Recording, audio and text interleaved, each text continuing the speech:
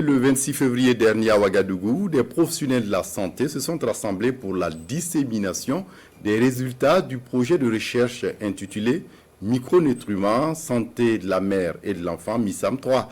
Ce projet mené conjointement par l'Agence de formation, de recherche et d'expertise en santé pour l'Afrique Santé et l'Institut de recherche en sciences de la santé Direction régionale de l'Ouest en collaboration avec l'Université de Gand en Belgique, des universités nord-américaines et des instituts de recherche africaines et a été financé par la fondation Bill et Melinda Gates. Amadou Marcel To, explication.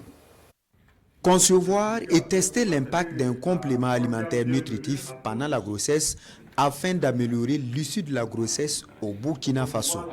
Après des recherches menées sur la période de juillet 2018 à avril 2022 dans 6 districts sanitaires de Houndé, les résultats sont ici présentés aux acteurs de la santé, des professionnels et partenaires du projet de recherche sur les micronutriments santé de la mère et de l'enfant MISAM. L'un des résultats les plus saillants de cette étude est qu'il a contribué en fait à diminuer la prévalence du faible poids de naissance et à augmenter le poids même de naissance de manière continue, un petit gain en matière de poids de naissance chez l'enfant. Et également, il a prolongé la durée de la grossesse, donc diminué le nombre de prématurés.